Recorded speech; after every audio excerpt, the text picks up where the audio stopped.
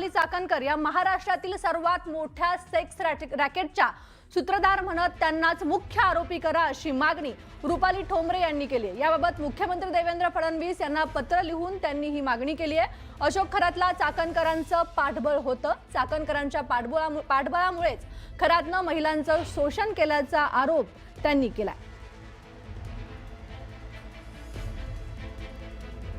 महत्त्वाचे अपडेट आपण बघतोय। रुपाली चाकणकरांना मुख्य आरोपी करा असं रुपाली ठोंबरे यांचं म्हणणं आहे। त्यांनी मुख्यमंत्र्यांना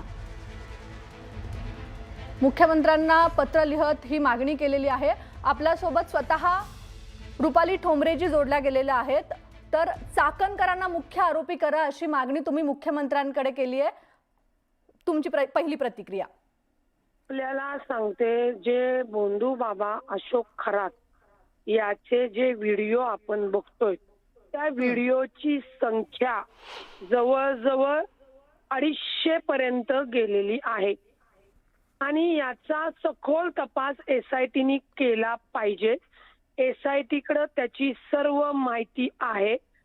जर SITने चाकणकरांना आता ताबडतोब अटक करणं गरजेचं आहे, अन्यथा रोज मी पुराव्यानिशी लीगली कायदेशीर जे पुरावे आहेत जे मिटवण्यासाठी चाकणकरांसोबत त्यांच्या सहकाऱ्यांनी ते केलेले आहेत ते तुम्हाला देणार। आणि म्हणूनच मी मुख्यमंत्र्यांना, म्हणजे ते गृहमंत्री सुद्धा आहेत, त्यांना विनंती केली की आपण या मोठ्या सेक्स रॅकेटचं पाठबळ देणाऱ्या चाकणकरांना तातडीने मुख्य आरोपी करून अटक करा। त्याच्याशिवाय मी तुम्हाला परत सांगते जबाबदारीने, यामध्ये पोलिसांना सगळा प्रकार माहिती आहे। SITच्या प्रमुख तेजस्विनी सातपुते याही थक्क झाल्यात की हे काय आहे म्हणून, परंतु हे सगळ्यांच्या समोर येणं गरजेचं आहे। नक्कीच रुपालीताई, हे सगळ्यांच्या समोर येणं गरजेचं आहे आणि धन्यवाद तुम्ही दिलेल्या या प्रतिक्रियेसाठी। तर महत्त्वाची बातमी आपण बघतोय, रुपाली चाकणकरांना मुख्य आरोपी करा अशी मागणी रुपाली ठोंबरे यांनी केली आहे। तसं पत्र त्यांनी मुख्यमंत्री देवेंद्र फडणवीसांना लिहिलेलं आहे। त्यामुळे आता रुपाली चाकणकरांच्या अडचणीत वाढ होण्याची शक्यता आहे। रुपाली चाकणकरांना मुख्य आरोपी करण्याची मागणी रुपाली ठोंबरेंनी केली आहे। पुढची बातमी, भोंदू अशोक खरात प्रकरणात आयकर विभागाची एंट्री झाली आहे। SIT तपास सुरू असतानाच खरातच्या आर्थिक चौकशीला वेग येणार आहे। खरातच्या मालमत्ता आणि कोट्यवधींच्या व्यवहारांची तपासणी होणार आहे। उत्पन्नाचे स्रोत आणि आयकर विवरणपत्रांची पडताळणी केली जाणार आहे। त्यामुळे खरातचे देणगीदार, भागीदार आणि आर्थिक मदत करणारे आता रडारवर आलेत। मोठ्या व्यवहारांचे लिंकिंग करून संयुक्त तपास सुरू करण्यात आलाय। बँक व्यवहार आणि रोख रकमांच्या हालचालींची चौकशी केली जाणार आहे। ग्राहकांकडून घेतलेल्या फीच्या पावत्यांचाही तपास केला जाणार आहे। खरातच्या आर्थिक चौकशीतून मोठा खुलासा होण्याची शक्यता आहे।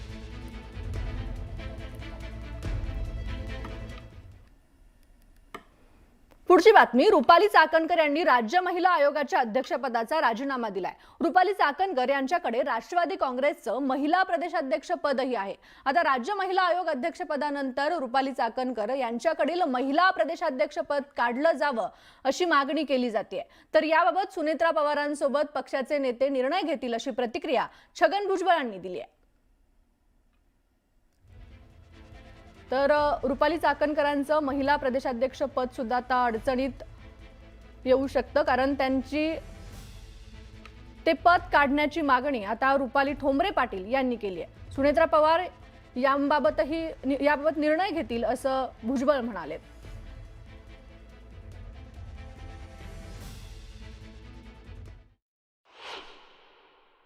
त्यांना दोन्ही पदावरनं दूर ठेवणं गरजेचं आहे।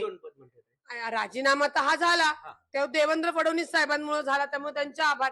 पक्षातनं सुद्धा त्यांना दूर केलं पाहिजे, अन्यथा पक्षात कुठलीच महिला काम करणार नाही। किंवा त्यांच्याच नुसार म्हणतात ना, नैतिकता स्वीकारून राजीनामा द्या आणि त्यांनी त्यांचा स्वतःचा पक्ष काढावा, प्रतिष्ठान काढावा आणि किती महिला येतात एकदा अंदाज घ्यावा। महत्वाचं म्हणजे कालच्या राजीनाम्याची खरं तर संधी ही सुनेत्रा वहिनींनी घ्यायला पाहिजे होती, पहिली गोष्ट तर। उलट गृहमंत्र्यांच्या हस्तक्षेपाची वेळ राष्ट्रवादी काँग्रेसने येऊ द्यायला नाही पाहिजे होती. अजितदादांच्या पक्षाचा निर्णय हा गृहमंत्र्यांनी घेतला, तेवढी वेळ राष्ट्रवादीवर आली, हे वाईट आहे. पण किमान आत्ता तरी जर राष्ट्रवादी काँग्रेसला महाराष्ट्रातला महिला मतदार वर्ग जर हवा असेल तर राष्ट्रवादी काँग्रेसच्या महिला प्रदेशाध्यक्षपदी अशी व्यक्ती निश्चित नसावी. पक्षाच्या ज्या महिला अध्यक्ष आहेत या संदर्भामध्ये पूर्ण अधिकार जे आहे हे पक्षाला आहे, त्याच्यामध्ये शासन येत नाही. आता त्या बाबतीत काय करायचं आहे ते पक्षश्रेष्ठी आहेत, आपल्या उपमुख्यमंत्री ताई आहेत, सुनेत्रा ताई, ही सगळी मंडळी बसून चर्चा करतील आणि ठरवतील. पुढे जाऊयात. भोंदू अशोक खरात प्रकरणात आयकर विभागाची एंट्री झाली आहे. एसआयटी तपास सुरू असतानाच खरातच्या आर्थिक चौकशीला वेग येणार आहे. खरातच्या मालमत्ता आणि कोट्यवधींच्या व्यवहारांची तपासणी होणार आहे. उत्पन्नाचे स्रोत आणि आयकर विवरणपत्रांचीही पडताळणी होणार आहे. त्यामुळे खरातचे देणगीदार, भागीदार आणि आर्थिक मदत करणारे आता रडारवर आले. मोठ्या व्यवहारांचे लिंकिंग करून संयुक्त तपास सुरू करण्यात आलाय. बँक व्यवहार आणि रोख रकमेच्या हालचालींची चौकशी केली जाणार आहे. ग्राहकांकडून घेतलेल्या फीच्या पावत्यांचाही तपास केला जाणार आहे. खरातच्या आर्थिक चौकशीतून मोठा खुलासा होण्याची शक्यता आहे.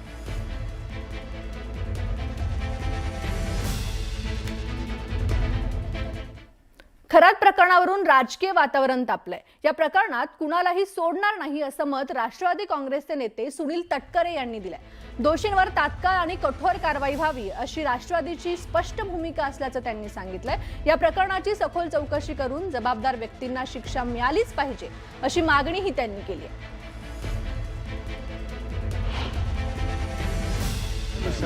ज्यावेळेला चर्चा होईल त्यावेळेला जरूर त्या बाबतीमध्ये एकत्रित निर्णय घेतला जाईल. त्याच्यामध्ये काय कोणाला पाठीशी घातलं जाणार नाही.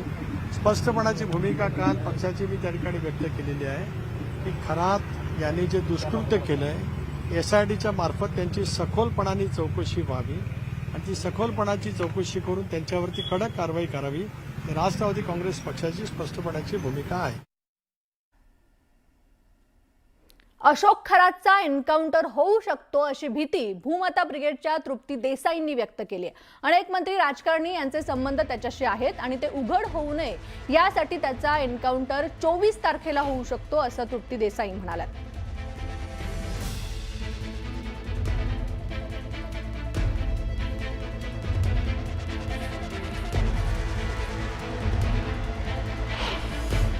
चोवीस तारखेपर्यंत जी आहे ती पोलीस कस्टडी अशोक खरातला मिळालेली आहे. पण 24 तारखेला त्याला कोर्टात नेत असताना झटापटीत मारलं गेलं अशा पद्धतीचा जो आहे तो एन्काउंटर अशोक खरातचा होऊ शकतो आणि हे प्रकरण पूर्णपणे बंद करण्याचा जो आहे तो डाव आहे. त्यामुळं मला मुख्यमंत्र्यांना सांगायचं की अशोक खरातने इतकं कांड केलेलं आहे, इतके लैंगिक शोषण केले की त्याला जे आहे ते असं तातडीनं संपवून चालणार नाही. त्याला प्रत्येक दिवस जो आहे ती सजा मिळाली पाहिजे.